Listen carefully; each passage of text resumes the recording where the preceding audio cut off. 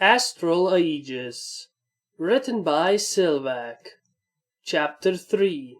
Cute-ceañera. Twilight really needed to stop being so bucking obsessive. I thought to myself, heading home just as the sun was about to set. At first I tried to explain the most common interdimensional species as best I could to Twilight. However, this didn't end well due to her desire for accurate statements. It started with her pulling out a dictionary that she used to give me a better vocabulary to work with, to insisting that I draw accurate diagrams of them that also included their anatomy. It was at that last part that I finally threw a book at her, though she caught it and gave me a crazed, hungry look. At that point I asked her to get me some drawing utensils then if she wanted those pictures, only for me to start pelting her with books the moment she turned her back. Twilight was unable to stop my pelting when it consisted of pulling a book from a random spot each time, so that Twilight had a hard time seeing where the books were coming from. Eventually, Twilight put a stop to my assault, but quickly countered by declaring that if she didn't remain calm and collected, she wouldn't get a single fact from me again. I also put in that I would be telling both Princess Luna and Celestia that she was going completely crazy over what I know. This led to her freaking out again and apologizing over and over for her actions until I had to shove a hoof into her mouth. I told her that we will continue this discussion another day and that she should be ready for it instead of jumping on every little issue. Calming down an obsessive Twilight was draining, hence my mood was in the pits as I arrived home. I opened the door to suddenly see the cake springing to the front with white smiles that I could tell were forced. Pinky told you too that I'm an alien, didn't she? I stated. Looking around quickly, I could see that the twins were nowhere near. Pinky did, but we didn't believe it at first, but after hearing some stuff about you from her, we started to believe that she wasn't imagining things, and... Mrs. Cake started to say before trailing off as her face became nervous. Let me guess, you think if I'm an alien I could be a danger to not only yourselves, but to the twins. So I'm going to settle a few things now. I am an alien, I'm not going to hurt either one of you two nor the twins. If some pony is going to get hurt, odds are it's going to be me. I calmly said before noting that I hadn't seen Pinky yet. Hey, where's Pinky right now? We don't know actually. After she told us about you being an alien, she just mentioned a party and disappeared. She wasn't here for longer than a few minutes. Mr. Cake answered. Okay. Can we talk about this alien matter another day, please? I just want to have dinner and go to bed. I had a long day and Pinky is throwing this party for me to make up for not having any parties when I was an alien due to how my past life was. So I'm getting a feeling that it's just going to be crazy, so I need all the rest I can get for that. Thankfully, the cakes fulfilled my request, but it may have been due to the realization that Pinky may be throwing a massive party for me and that they may need to be ready for that as well. So, after a short dinner, I went straight to my room to collapse on my bed. I was tempted to barricade the window and door, but remembering the incident with the box, I knew that it was pointless as I drifted off to sleep. Once again, an old enemy brought me back to the waking world. Lying a foreleg over my eyes, I groaned in frustration from the rays of the sun once again landing on my closed eyes. I wonder if the cakes would let me board up the window. I grumbled as I turned my head away from the window. Letting out a yawn, I cracked my eyes open only to see a pair of blue eyes staring right at me. Gah! I shrieked as I swung a hoof at whoever had those eyes, only for them to suddenly dash away to reveal Pinky's smiling face. Good morning, Aether! Pinky yelled with glee as I spotted that she was wearing a party hat and what looks to be a pair of green antennae. Pinky, you remember that I don't like surprises, and what's with the green thing on your head? Well, you're an alien, so I thought to put something alien on. Do you like it? Pinky said with a smile. Let me guess, you think I had that in my former body? I dryly replied. You mean you don't have those? Pinky asked as her smile faltered a bit. Face-hooving, I answered. No, Pinky, I didn't have green...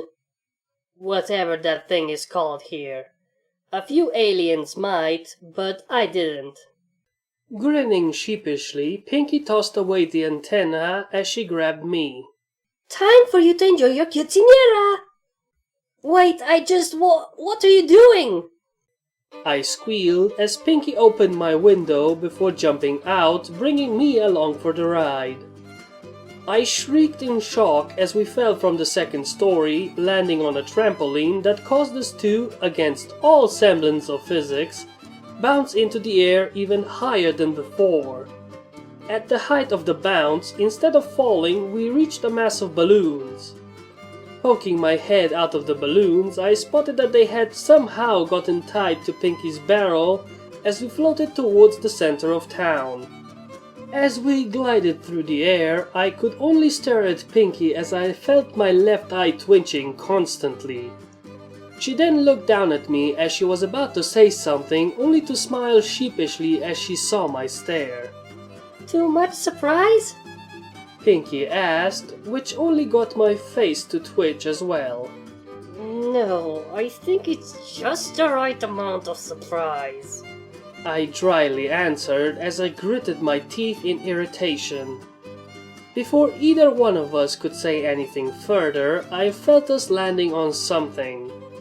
Turning my head around, I saw... Oh, sweet Celestia, that is a lot of ponies! All around me was a massive crowd of ponies that made me feel like every pony in town had shown up. Among them was also various party games, tables lined with food, and even a table stacked with presents. However, before I could say something, I saw every pony taking a deep breath. Oh no. I thought to myself as I folded my ears down before placing both hooves over them. After the deafening roar of whatever the ponies yelled at me, who's supposed to be able to make out what is being said when you're in the center of a yell done by every pony in town? Pinky started bringing me to every pony so they could give me their own congratulations personally. Thankfully, with Pinky's hyperactive speed, it only took half an hour to do, led to Pinky pointing out every activity she prepared for my party. After the mind-boggling number of games she prepared, I was about to have a panic attack at the thought of being dragged to each of them. However, against my expectations, Pinky just let me loose and told me to have fun. Twilight quickly revealed to me, after Pinky ran off to keep the festivities going smoothly, that Pinky learned some restraint from an incident that occurred during Rainbow's birthday. I was skeptical at first, but she told me it was an important lesson that Pinky took to heart. After some games, it was lunchtime, at which Pinky decided to reveal a banner to my horror. On the banner it said, "Happy Makeup Party for all the parties you missed before you came to Ponyville." This, of course, caused many ponies to give me bewildered looks, which in turn caused me to give Rainbow and Fluttershy an irritated look, after I did a quick look for them.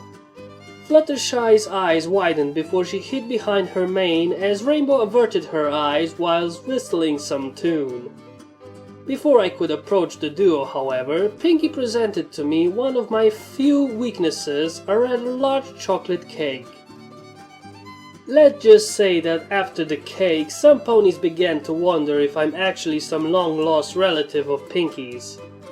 However, after I indulged my desire for chocolate, Pinky decided to unleash another banner. One that struck me with more horror than the last. "Welcome to Equest's first alien visitor party?" some pony asked as they read the banner. This immediately got all the ponies to stop what they were doing to stare at the banner before turning their eyes to me. As they looked at me with eyes wide with horror that were matched by my own, I noticed at the edge of my vision that Diamond Tiara instead had this evil sneer on her face. "Now every pony, there is nothing," Twilight started to say till Diamond interrupted her. "Aether is an evil alien! We need to get her before she can hurt any pony! She might have already hurt us foes, like when she hit me a couple weeks ago! Let's put a stop to her before she hurts any pony else!" This, of course, produced mixed reactions from the crowd. Some ponies decided to panic and run around screaming their heads off. Other ponies, some who I think may be parents, instead gave me a murderous look as they charged at me. Fortunately, I knew what to do in situations like these. "Oh, sweet Celestia!" I screamed as I ran away from the crowd as fast as I could, dashing in between any adult's legs that were in my way. At least this wasn't the first time I had to run away from a crowd of angry natives that wanted my blood. Due to that, I knew what I had to do to get to safety as I headed to the closest building as I could. As I ran past a pony that was covering on the ground into an alleyway, I could hear the mob behind me screaming and hollering at me, until they reached the alleyway opening where they encountered a problem. While it is easy for a couple ponies to get into these alleyways, the same can be said for scores of ponies that want to get through at once. So naturally, the mob clogged up the entrance to the alley as too many ponies tried to get in at the same time. I started to grin to myself at seeing one of my old tactics working until I was suddenly covered in shadow. Looking up, I saw quite a number of rather angry Pegasi looking down at me. "Oh, yeah, forgot about the ones with wings." I muttered to myself as I came to a screeching halt. I come in peace?" I said with a wave, only for the glare to intensify. "Get her!" One Pegasus yelled, causing the entire group to dive at me. I was about to say my prayers until I suddenly saw a purple flash of light before my eyes, before being engulfed in another one. Blinking in surprise, I looked around to see that I was in the library. I also noticed that the elements were there as well before I was grabbed by Pinky. "Aether, are you okay?" Pinky exclaims in fear as she began to inspect my body for any injuries, though in a rather comical fashion. "Yes, Pinky, I'm okay," I said, letting out a sigh of relief that I wasn't going to be turned into a pancake. I then locked my eyes on Pinky as I asked, "What made you think letting the town know that I was originally an alien is a good idea?" "Well, you did tell us and the Crusaders outright when you had to, so I thought you'd rather get it out sooner than later," Pinky explained as her mane deflated. "I'm sorry if that wasn't what you want." "Pinky, it's okay. What's done is done. Besides, it did have to come out some way," I replied. "I'm not mad at you, Pinky. You just did what you thought would be best."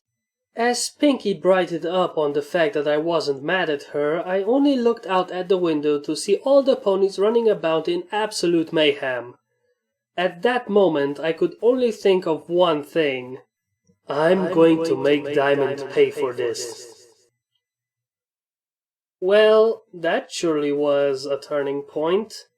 Damn, Diamond, you really have nothing better to do in life but to be a complete and utter Karen. In any case, I hope you enjoyed this episode, and, well, I'll be seeing you in the next one. Bye-bye!